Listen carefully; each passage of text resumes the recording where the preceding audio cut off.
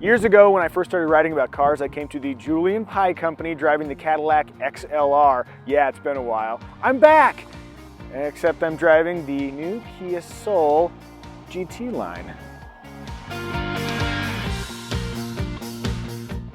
This is my first exposure to the third generation Soul, which is interesting. You'd think it'd be the base model, but no, this is the sportiest of Kia Souls. The GT line has a 1.6 liter turbocharged engine making 201 horsepower, and it looks sporty. You know, the heart of sport is an aggressive grille, and the GT line definitely has that GT line badge. And of course, little bits of red, because nothing says sporty like red. Proving the point, there's a red line that continues underneath the doors. Obviously, you've got the 18-inch wheels. And in back, dual exhaust outlet. But to be clear, that is a dual exhaust finisher, not an actual dual exhaust. And another GT line badge. To me, what's remarkable about the Kia Soul is the fact that in its third generation, it looks very different from the second and the first generations, yet immediately recognizable as a Soul. I think a lot of that has to do with its silhouette. Years ago, I remember listening to an animator talk about how the best characters can be recognized by silhouette alone. If you imagine like Fry from Futurama, it's like he's got the upward jutting hair, which I wish I could duplicate, and it's utterly distinct even if you see none of the other details. Look at that profile. It almost doesn't matter what's happening with the rest of the car. If you see that profile, you know it's a Soul. That said, I do think it's worth mentioning some of the other details. One of my favorite parts is the nose. It's like sort of squinting in anger. Like, what did you do to piss off the Kia Soul? There's a clamshell hood treatment that I really like too. I don't know, I'm into the Soul. What do you guys think? And that's my super obvious ploy to get you to comment. I do like the comments. By the way, I'm tearing up right now, not because I love the Soul's look so much, but it's breezy as hell out here and it's really cold. Before we hop inside, let's take a quick look at that engine. Oh, and one thing I noticed that's sort of neat, it's not like this is life-changing, but note, pneumatic stretch. So I won't have to have the indignity of trying to put up the prop one-handed. It gets real awkward. Thank you, Struts.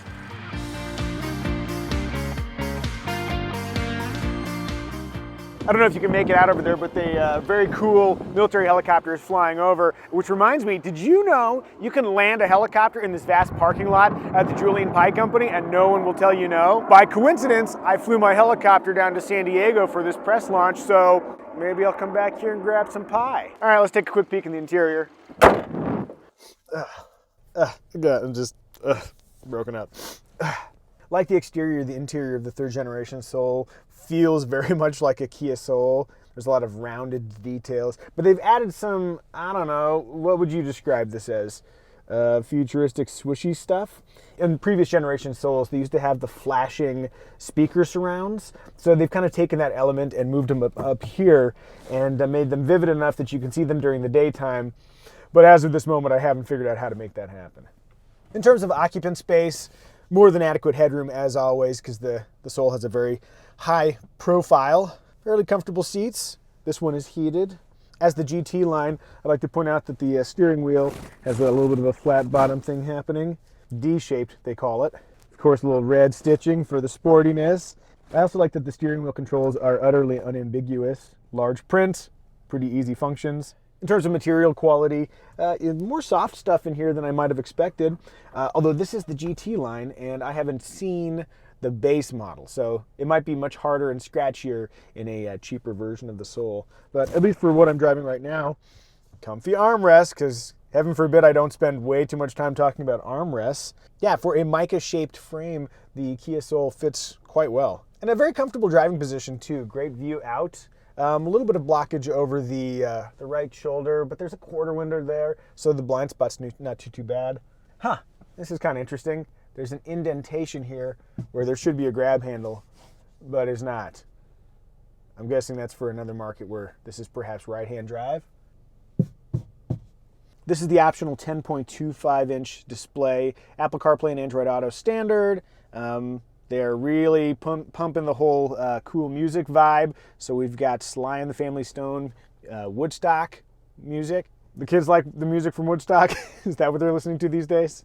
That's what's kind of funny about the Kia Soul, is it's a transgenerational vehicle where when you look at it, you think, that's what the kids are driving. But actually, that's not really the case.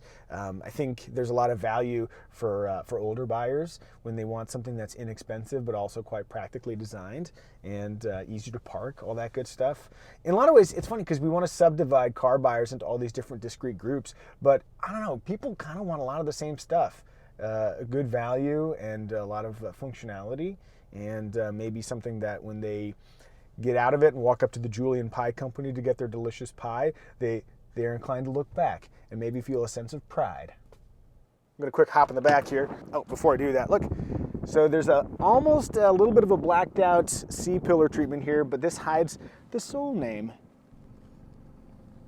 Get my head out of the reflection. Sitting behind myself. I'm not gonna lie, this is pretty great space. A lot of head clearance, a lot of knee clearance, ton of foot space. Oh, boo, boo, no rear vents. But there is a little USB here. It's almost like in another market, this would just easily pop out and you'd have a cigarette lighter. Yeah, I could definitely fit here for a good length of time. And the seat recline is pretty good. I feel very comfortable back here. Let me flip down the armrest and see how that's going. Again, armrests all the time. That is squishy. You know I love a squishy armrest. Oh, and look, not perfectly flat floor, but pretty darn close. I fit great here too. It is remarkable how with smart design you can take something that has a fairly small footprint and make it feel weirdly huge inside. And I like how the front door design carries through to the rear. You got this sort of swishy, futuristic pattern here. Pew, pew, pew, pew. A little bit of light door storage. Maybe just enough for a bottle. Not huge, but certainly okay. Here's where the camera is. There's the release. Let's see what we got. So there's a cargo cover here. This comes out. Down here, you've got a load floor. So in its bottom level, it's fairly deep. You could put a fair bit of cargo down there. Oh, wait, yeah. My trusty chapstick. Let's see how she fits. That's good. Then if you wanted to have some covered storage below that, just slide this cargo up, plop it in awkwardly. There you go. So that's the high level. Pop that up, storage space hidden under there.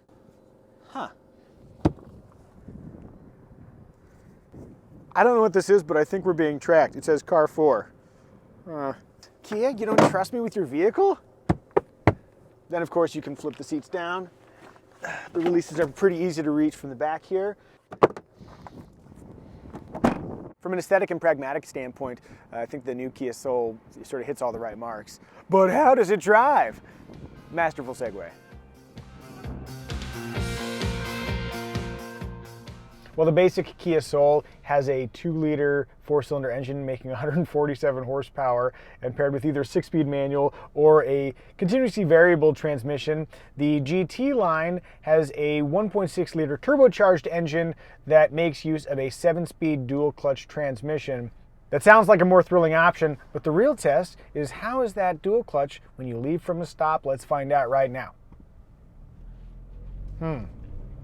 Not a great sign that the very first thing I did was go, So one of the challenges with a dual clutch transmission is that when you're leaving from a stop, it's trying to engage one of its 2 clutches, and doing so smoothly can be difficult.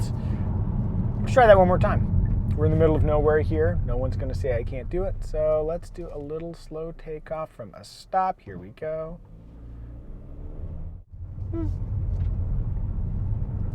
Okay, leaving from a stop is not going to be the Kia Soul's strong point. Although I will point out one more stop. I want you to know this is a very quiet road, so I'm not pissing anybody off right now. When you come to a stop, the engine shuts off because it's got the automatic engine start-stop system in this model. The engine goes thump, and the tach gently floats down. It's like it's visually implying that this is a very gentle procedure, and actually that kind of helps create the illusion that it really is gentle. And it's actually not that bad. I mean, in terms of like vibration and abruptness when the engine turns off and then turns back on again, that's pretty good. Yeah, just a little shudder, and then the restart is very smooth. Yeah, that's a good enough engine restart that I probably wouldn't mess around with turning it off. The off button is right here to your left knee. If you need to turn it off, that's your option. All right, this is the fast one. Let's punch it.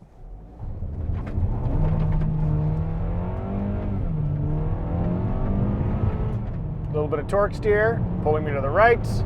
Oh yeah. In the modern era, we forget that with enough power, front drive cars used to always pull one side or the other. That's still the case here with the Kia Soul. Floor it. Unpacking what just happened there, when cruising along at, in fact, I'll just do it one more time. I'm at 55 miles per hour, but I want to go much faster because I'm living that GT life. Floored, gear change, engage, and then boost. So there's a little bit of a delay as the turbocharged engine comes online, but once it's spinning, the pull is pretty decent. I would say this is a sassy little bit of fun. I actually haven't driven the base engine just yet, but I'm guessing that with 147 horsepower, it's going to be slow.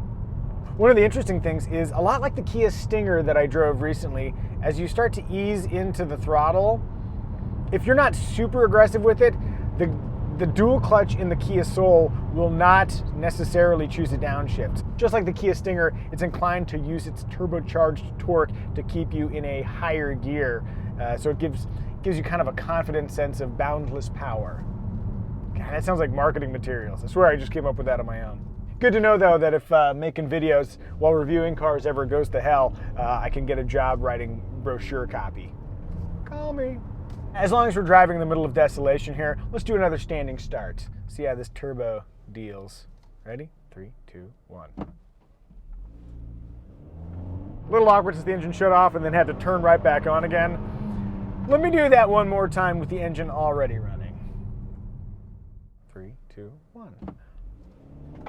Oh. So kind of a little lull, and then once it gets up to right about 3,000 RPM in the tachometer, it really catches its stride. That's enough about the engine. It's plenty quick for a Kia Soul. I think what's remarkable about the third generation Soul is that with a little bit longer wheelbase and a little bit stiffer body, it's a much more refined driving experience. The first gen felt a little tin canny. The third gen feels like a fairly refined vehicle, which is impressive too because the rear suspension is a twist beam, so that's not the most advanced suspension technology, but ride quality is really pretty good. And these are particularly rough roads, but on some of the smoother roads we were driving on, interior noise is pretty good, in that there is not that much of it. As of late, I've really been into vehicles that have a lot of glass. Not just because it helps my daughter see out and makes her less nauseous while driving, but I like seeing the world out there too. And the Kia Soul is one of those vehicles that gives you a great view of the world outside. I'm in Borrego Springs right now, and there's plenty of beautiful scenery to enjoy. It's easier to enjoy if you can see it. Sadly, the road I'm driving down is perfectly straight. There will be a moment in this video where I get to make a turn. In the meantime, you want to just hang out? What are you thinking? U-turn. Oh, torque steer. Even though this is a straight road, I can point out that with a little bit of steering input, the body does a fair bit of rolling one way or the other. GT line be damned, this is a Soul that likes to lean. That said, it's important to contextualize what it means to be a Kia Soul GT line. What are you actually going to do with this thing that requires world-class handling? Nothing really. I mean, what, you going to take this thing to a track? The great thing is that if it can happen, it almost inevitably will happen. So when somebody does take their Kia Soul GT line to the racetrack, they're definitely going to post about it in the comments. I'm going to hear about it. I'll look like an idiot. From the perspective of steering feel, this is not the most satisfying feel. Ooh, it's a puddle. There's a lesson there. It kind of doesn't matter how the car steers. You can still have fun with it. I enjoy driving through that puddle. Ooh, big bump. Let's see how the ride feels going through this big bump. Dun-dun. I think the suspension lands in the firm but not uncomfortable space. Now, here's an opportunity. We have a roundabout. Let's see how the Kia Soul handles. There's a Nissan Sentra. Slowing down my progress here. Okay. Overtaking on the inside. Do the little left-right action here. And right. Huh. In terms of handling, not especially sporty. A fair bit of body roll. Yeah. Okay, based on my experience in the roundabout there, I'm going to say that the Kia Soul GT line handles a lot more like a Kia Soul than a GT. The prime positive attributes would be predictable steering, not a ton of feel coming through the wheel, but I'll say it yet again, I don't know, who cares? Who cares? I mean, because realistically, every little bit of nuance about what the front tires are doing is the kind of thing that's really helpful if you're extracting maximum lateral performance while putting down hot laps or trying to prove something to yourself in the mountains. That's not what's going to happen with the Kia Soul. At most, you're going to go through an on-ramp with maybe a little extra zip, but most of the time, you kind of don't need to know what the front tires are doing. All you need to do is be able to aim the car and have it go where you want. Mission accomplished. I think what I've learned here is that the Kia Soul with the GT line and the X line, which I am not showing here, but that's the rugged one that only has front wheel drive. Each of those variants is presenting a certain image. This is the sporty one, and that's the rugged one. The degree to which they actually fulfill those roles is a little bit marginal, although I certainly like the power in the GT line. At the same time, the Kia Soul's fundamentals have greatly improved. Ride quality is great, functionality, usability. I'm going to say that the essence of the new Kia Soul is sophisticated cosplay. Ah, sweet Soul, I really like your sporty car outfit. Oh. Think. And now, as a complete aside, if you ever had the opportunity to come to the Borrego Desert, please do so, because there's random bits of art hidden throughout the desert. Look, an eagle. Huh.